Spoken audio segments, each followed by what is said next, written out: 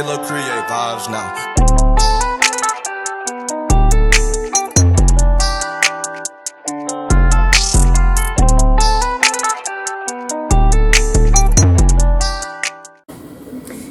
Welcome to another episode of the Get a Love Like Mine podcast. We are your humble hosts. I am Keisha Amos.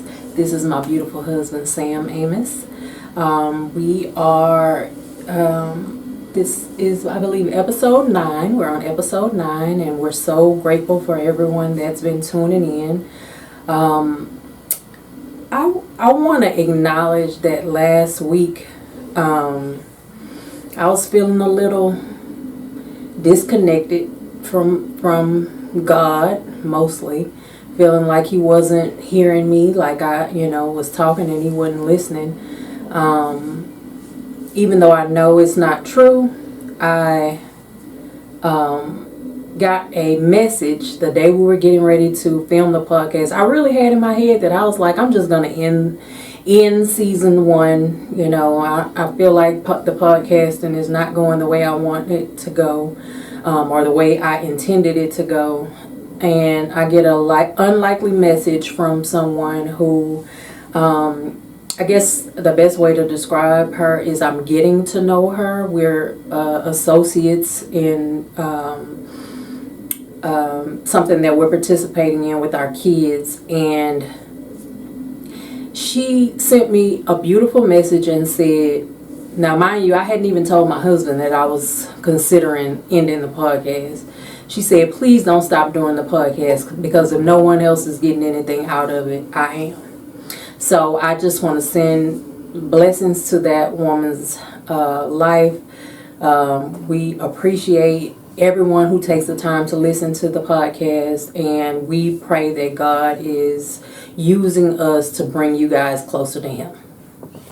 That being said, today's topic, we will be speaking about Mr. Robert Kelly, R&B singer R. Kelly. From time to time, we will have a podcast on current events, things in the news, sports, raising kids, a lot of relationship, a lot of faith, belief, just all sorts of things that if we feel like there's some content there that might be able to help, we greatly would love to share it with all of our viewers and listeners. So today about R. Kelly in the news.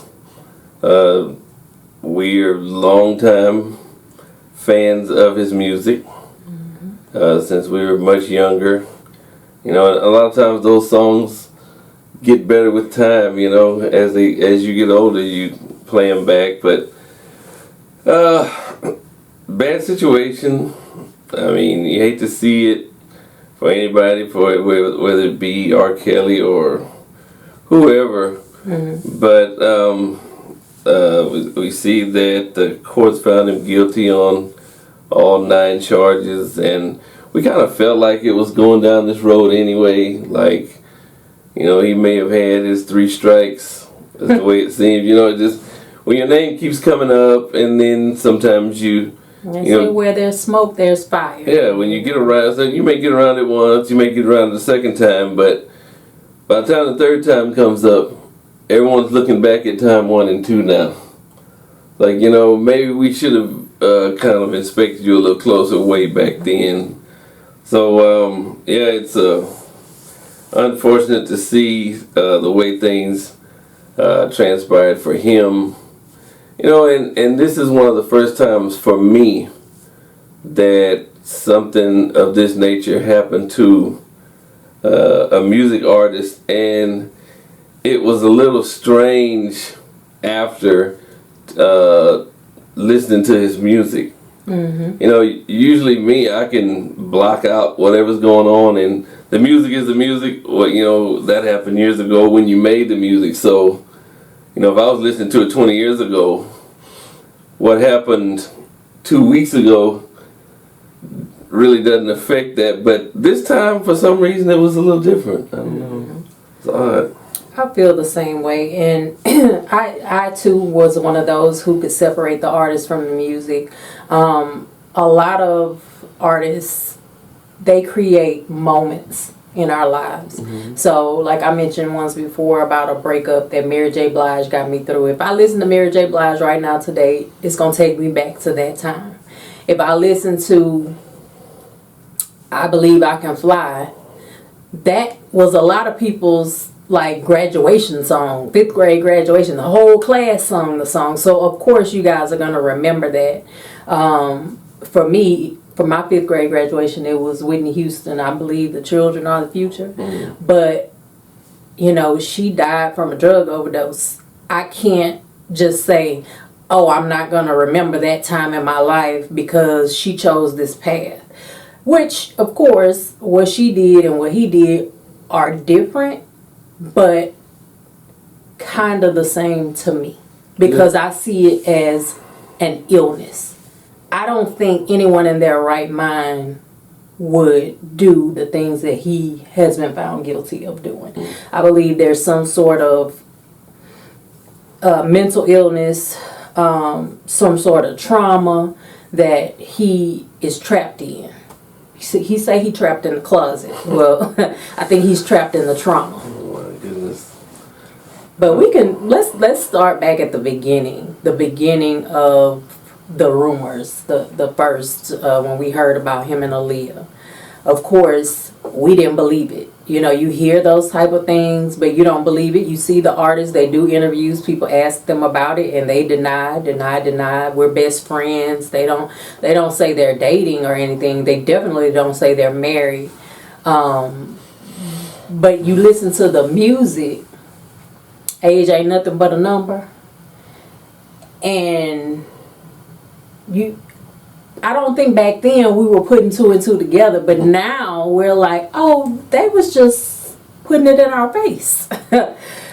But again, I think because of his growing up and being molested, I think that it has an effect on you. Any type of trauma, abuse, anything like that is going to have one of 2 effects on you. You're either going to do the exact same thing or you're going to do the exact opposite. That's just life. That's in anything. If you see your dad beating your mom, you either going to grow up and say, I don't see nothing wrong with it. I'm about to beat my woman. Or you're going to grow up and say, I would never do that. I don't ever want to treat anybody the way my dad treated my mom, and you won't do it. Same with drugs. If you see drugs in the household, you might think, oh, it's cool. You might think, oh, I'm never going to do that.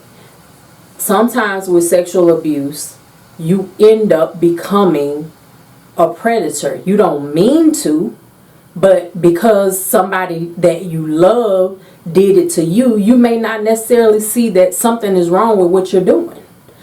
And I think it started out that way for him. I think he didn't necessarily know what he was doing was wrong in the beginning. But I am certain that after years of people accusing him and telling him, you know, that he knew it was wrong at some point.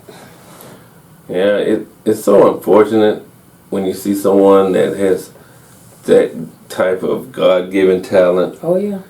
And I've heard this before, and it may not apply to all incidents, but I've heard that when a child is molested young, that it kind of opens up a door of dark closet, so to speak, where the kid is exposed to something that there really shouldn't be, and from that point on, it's just hard for them to get back on track to be just a regular kid. Mm-hmm. Like, I had a friend who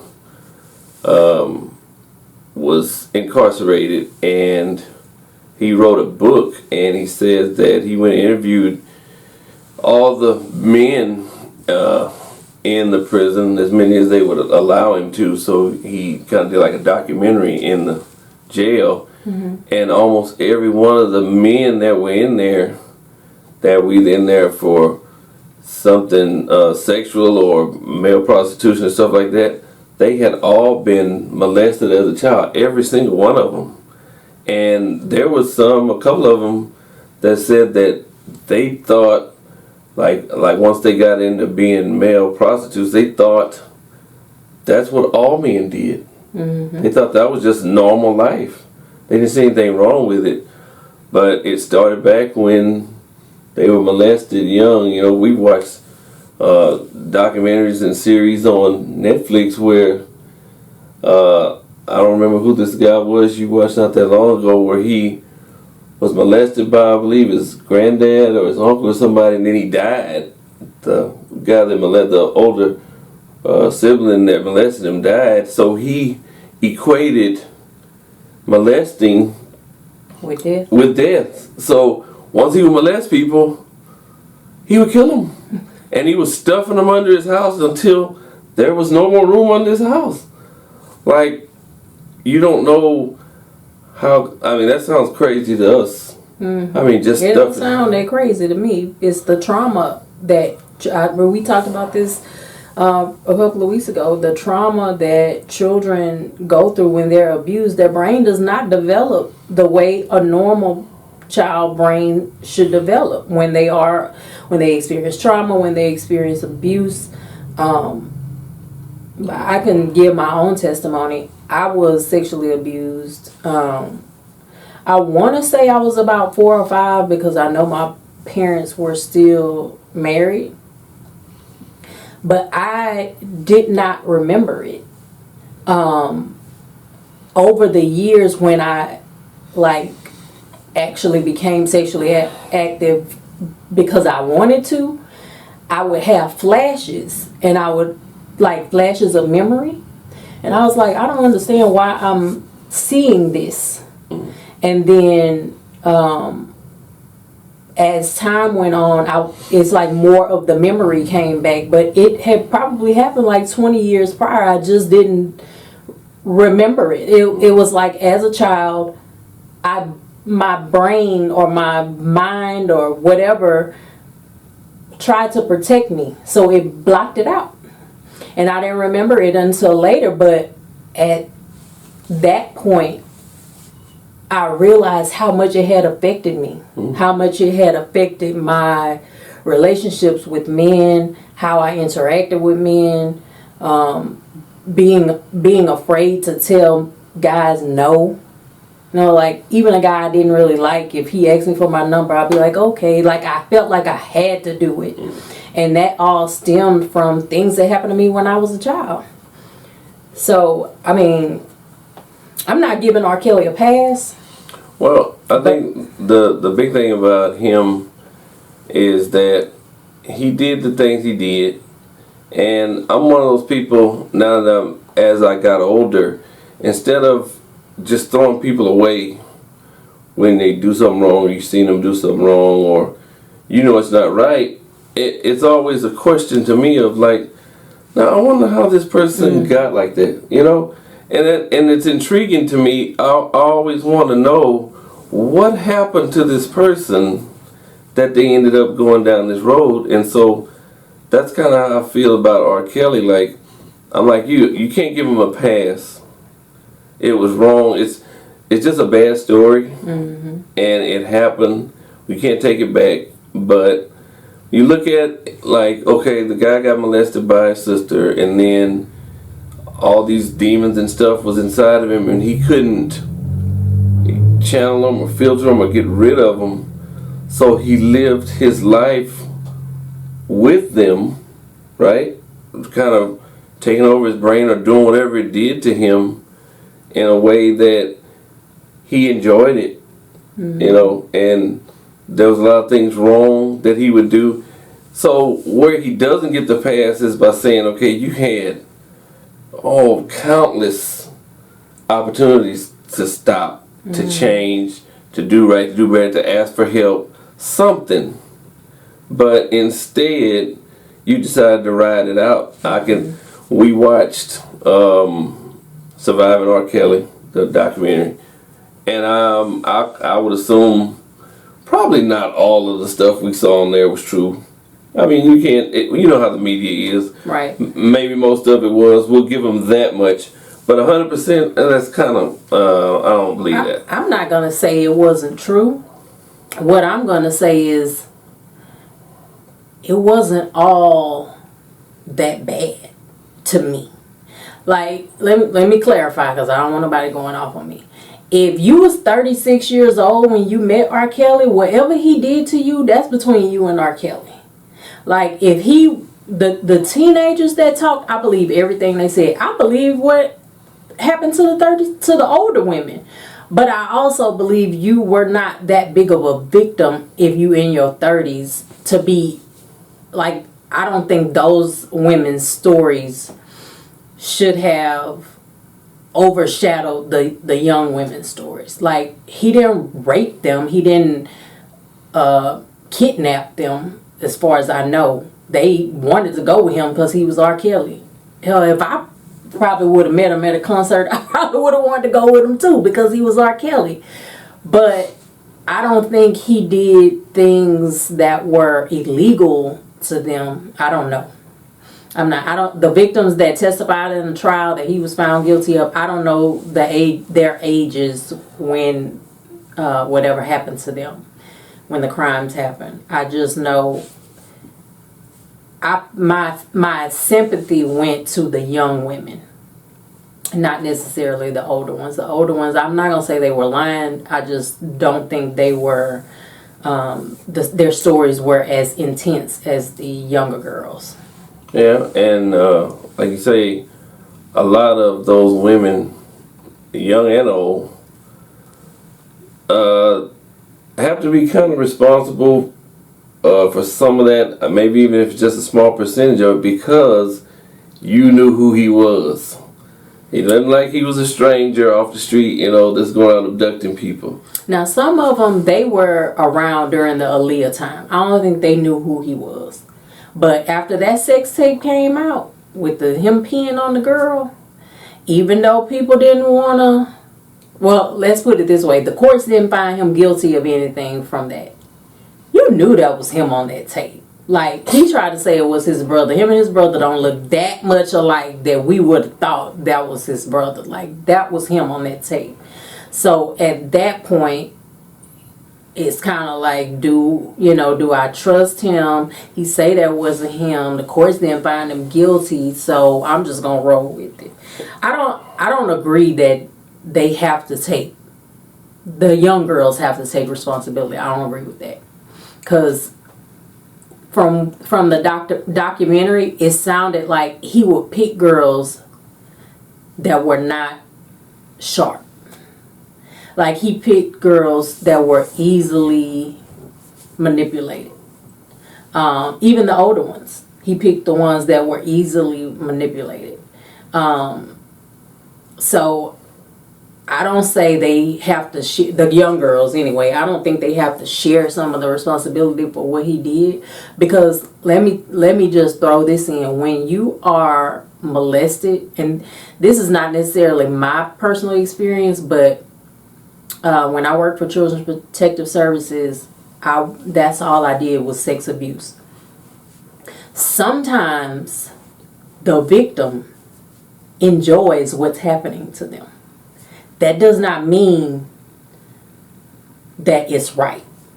And that doesn't make them a willing participant because they're a child. So it's just like, a lot of times when people think of molestation, they think of a girl being molested. Boys are molested too. And they get aroused. They even, complete the task. That does not mean that they were not molested or that they had some fault in what happened. The adult clearly was the one who was wrong. And this, R. Kelly was clearly the one who was wrong. I just,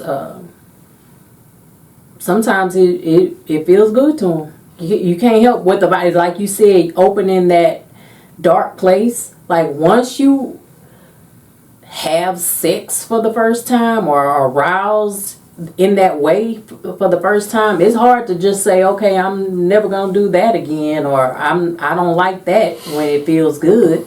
So, molestation is not always something violent.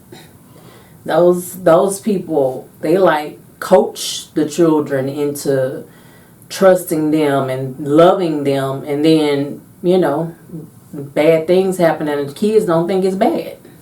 I think kind of like the point I was aiming at was similar to like what happened with Mike Tyson. When Mike Tyson went to jail for having the young lady up in his room from the beauty pageant. Mm-hmm. She was young, and I don't know if she was gullible or if there were people that talked her into, you need to see what you can get out of it or whatever. But for you to go to this man's hotel room at 2 or 3 in the morning and you know who he is, that to me is, there's some responsibility on your part in that arena, because you didn't have to go. It was a bad decision. Yeah, and just like some of these other women that follow R. Kelly, like, he did things that were wrong.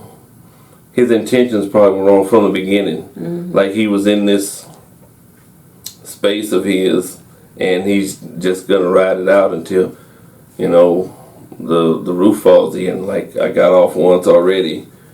And, you know, and maybe sometimes you tell yourself you didn't do anything wrong enough times. You believe it. You start believing it. And so, when nothing happened to you the first time, and a lot of times this can happen when you see this happen with celebrities all the time, because they have the kind of money to find these attorneys that know just how to write the system off on them so they can get loose. But anyway, that's another story. But anyway, just to see some of these folks follow this guy when you know exactly who he is, and like you say, I'm sure along the way there were things that they did enjoy. I mean, guy got money, he can send you shopping on a shopping spree like you've never seen before. Now, if you broke, right? I just enjoyed hanging with R. Kelly. Mm-hmm. So, okay, he's spending this money on me or allowing me to do what I want to do somewhat. We don't know what's coming on the back end, but who cares? Mm-hmm. Let's enjoy the front end right now. So, yeah, he was still wrong because he took things way too far. All that, in our view, it looked like kidnapping, abducting, whatever you want to call it. You know, we have daughters. Yeah. And we watch that show, and here this family is, man, we haven't spoke to our daughter in 3 years, and she's up here in this building, and he's got her where she can't come out, she can't make phone calls. Man, if that was my daughter, let me tell you. If that was my daughter, I mean the one that's right, the one that we was just in the kitchen with. Mm-hmm. Man, come on, man, come on. I drive a truck, I can drive an 18-wheeler. See what I'm saying? I would have went and hijacked the 18-wheeler, one that was full of fuel, one that they go and fuel up at the gas station. I want one of those with the long silver tank on it. And I rode that thing right through his building. Boom, y'all gonna get my daughter out of here. Now, you go to the police, oh, there's nothing we can do. Well, can you at least do a well check? Well, we'll see if we can get to it, but it's not a priority. But that kid walking down the street with Skittles in his pocket, now that's a priority, huh? Come on now. The one selling loose cigarettes. That's a hazard to everybody. And it is definitely on the top of the priority list. Let's get to it. But you can't even get my daughter. I ain't talked to my daughter in 3 years, and she's in this building that belongs to R. Kelly, and no one can get in, no one can see, nobody can get to her. Mm-hmm. Okay, I'll be right back. I'll get to her. Yeah. Well, I believe that this guilty verdict is a good first step. I've seen a lot of people post. I don't know what the reason they're posting. They're posting like Elvis Presley and Woody Allen, other celebrities who are known to have, you know, indulged in young women. I don't know what the point of bringing those people up. I assume the point is to say they did it too. They did it too, and you didn't arrest them. But does that mean you don't want R. Kelly to go to jail, or do you want them to go? They need to join back and get like Elvis is dead. I don't know. Woody Allen, he's probably as old as Bill Cosby, or somewhere up in there, and he's married to the lady, so they're not gonna have her to testify about what happened. So sometimes I think it just feels good to run people's name in the dirt. Well, their career may be over. They got millions of dollars. We'll never get that from them. Let's just make them look bad on their way out. I don't. That's the way society is sometimes. R. Kelly still had some loyal fans, though. There were still fans outside the courthouse, And he even posted, I don't know how these celebrities in jail, really people in jail, period. I don't know how they get to post on Twitter and Instagram. The old jail cell phone. But he posted that he is innocent. And it's like, sir, at what point do you acknowledge that what you did was wrong? He still won't do it. Still won't acknowledge that I'm sorry to these young ladies, no remorse. When you have that mindset, you're not going to get paroled. Like, they're not going to let you out until you say you're sorry for what you did. They're not going to let you out while you're still saying you're innocent. I didn't do nothing. And I heard somebody say he's probably going to have the nerve to appeal the decision. That's what he's supposed to do. Every criminal appeals their decision when they're found guilty. That's the legal system. That's how it works. They go through the appeal system every time. Let me not say every time. If you have the money, you go through it every time until you've exhausted your appeal. Some people appeal and they don't have money because you can do it on your own. But in his case, if he does get out, it'll be on a technicality, kind of like Bill Cosby. It's just sad to... You hate to hear stories where everybody loses. Everybody loses, right? Mm-hmm. The women, the young ones, the middle ones, the old ones. None of that was beneficial to them, at least not now. It all was bad. If you came to testify and say this guy trapped me in the house and wouldn't let me out, wouldn't feed me, and I couldn't do anything. Everything was against my will, and here he is, the orchestrator of it, and he's got these guys helping him do whatever he does, and he still admit, hey, I didn't do anything, man.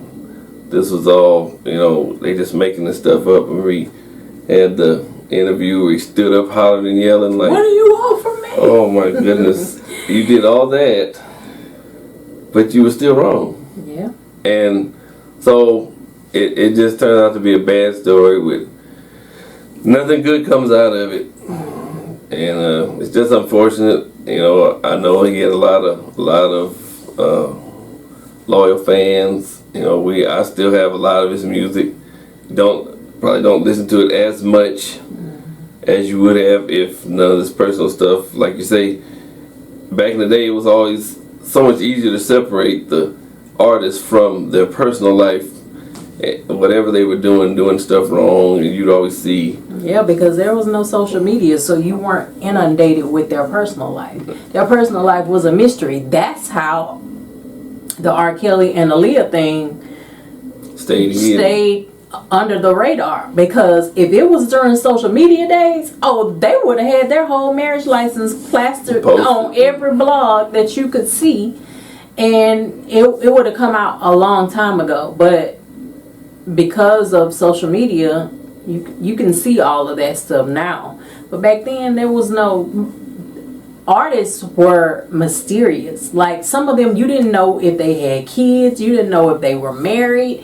You didn't know where they lived. Nowadays, they have a house in Miami, LA, Atlanta, Houston. You know where they're traveling. You see their kids. You see their spouses. You see their girlfriends.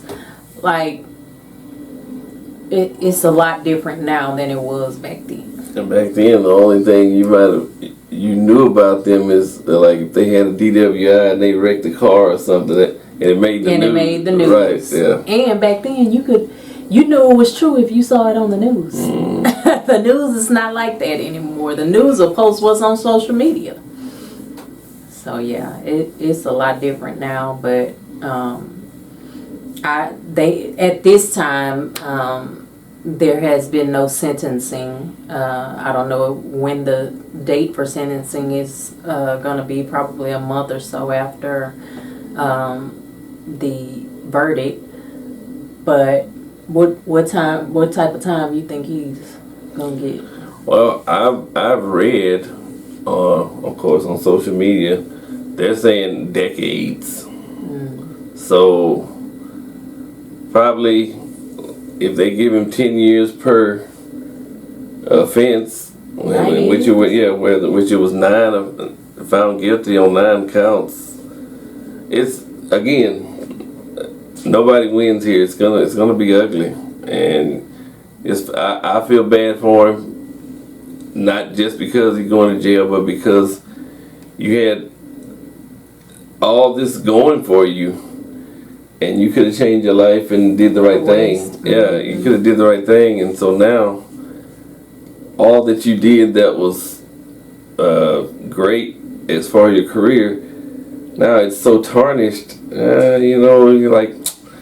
Yeah, you just feel like bad for this guy because you could have done better and you didn't choose to do better. But, that's the way life is sometimes. And he has another trial coming up. Like, this was just one trial in one state. I think they are moving him somewhere else where he could stand trial for some crimes in a different state. So, I don't see him getting out. Nah. It's going to be pretty dark from here. I even seen people on social media making songs up about him going to jail. Like, I may as well kick the dead horse while he's down. They have no chill when it comes to the end of that. They're going to make fun of anything at any time. So, and then ask, is it too soon? Is it too soon to make jokes about this? So, no. Oh, yeah. Because the comedians, the Kevin Hart's, boy, they can take something like this and rap about 4 or 5 good jokes out of it. Jimmy Kimmel, them guys are. I haven't heard too many people discussing it though. Not yet. Yeah, maybe they're waiting on sentencing. I don't know. But I, used to be, like I was saying earlier, I used to be one of those that would separate the artist from the music. From their catalog. But I've recently heard someone say, put your loved ones in the position of the victims.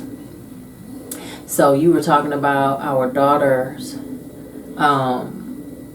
If he had done this to one of our daughters, we would be hell-bent on saying, do not listen to this man's music. Like, the moments in our lives that his music has been a part of, we would just have to erase all of that, because there would be no way we would be able to listen to his music knowing that he hurt someone that we loved. Oh, goodness.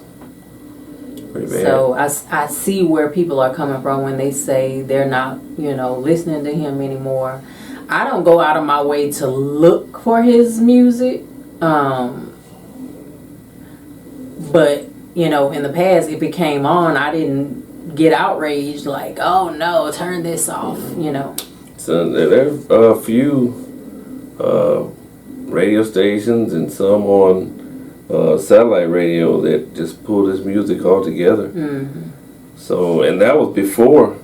Well, I know, like, was it Pandora or Spotify? Somebody, they claimed they pulled his music, but what it was, how you can put like a playlist on and all different artist songs will come on. It wouldn't come on that way, but if you searched it, you could still get his music. And that was before any of this guilty verdict stuff. Yeah. So, I don't know, pretty tough. I think there's a way, I think it was a murderer years ago who wrote a book about, like, he became famous after getting caught. He wrote a book, and they made the proceeds from his book go to the victims' families. So maybe they could do something like that for R. Kelly, where if you do listen to his music, the money doesn't go to him. It go, because he got kids. Like, I could only imagine what his kids are going through, having the Kelly last name, going about your life, and this man is all over the news for these heinous crimes. So I remember his ex-wife was dealing with him not paying child support for a while. So if he go to prison, she's not about to get no child support. I mean, I think the kids may be grown now, or at least older teenagers. But I also know he owes back child support. So maybe they can make, if people do insist on still listening to his music, they can make the money go to his kids or to the victims that maybe those who testified. I'm sure even though they have these criminal charges against him, I'm sure there are probably still some civil cases against him too. People who their case may not have been able to prove their case in criminal court beyond a reasonable doubt, but in a civil case, it's only the preponderance of evidence. So if you can, like, if the scale is 50-50, if you could tip the scale 51-49, then you can win your case in civil court. So maybe they can use his any proceeds that he gets from his music that way. I recall a couple of his kids, they really didn't too much care for him. They say, he was never there for me. He, never spent time with us. He never took us nowhere, bought us anything. So he's still their daddy. Yeah. And still an embarrassment to them. Yeah, that's what I'm saying. Their relationship was completely broken. So he just went down the wrong path on some of those things that he could have corrected his own self. So anyway. Bad situation, but life goes on. So anyway, regardless of what he did, he's still God's child. So we're going to pray for him. We're going to pray healing over his life. I pray that he understands the error of his ways and gets help. Whether he admits it or not. Yeah, I pray that he repents. I pray for each and every victim, young or old. I know I might have said something that might have gone against the older victims, but I pray for you guys too. Anyone who was manipulated, abused, hurt, victimized by this man, I pray a blessing over your life. I pray healing for you guys. And we'll see, I guess, what kind of sentence he gets. But anyway, I think that's all we have for you guys today. No Ask the Amoses.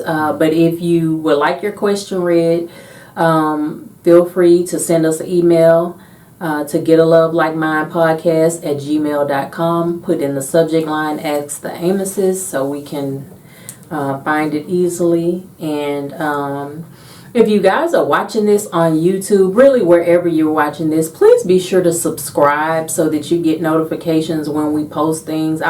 We've been posting little snippets of the upcoming episodes, so that you can be alerted to what's going on. Make sure that you subscribe, like, and share. Share this with somebody. If you think somebody will be blessed by this podcast, please share it.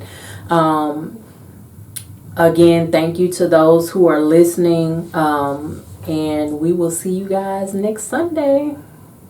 Have a good day.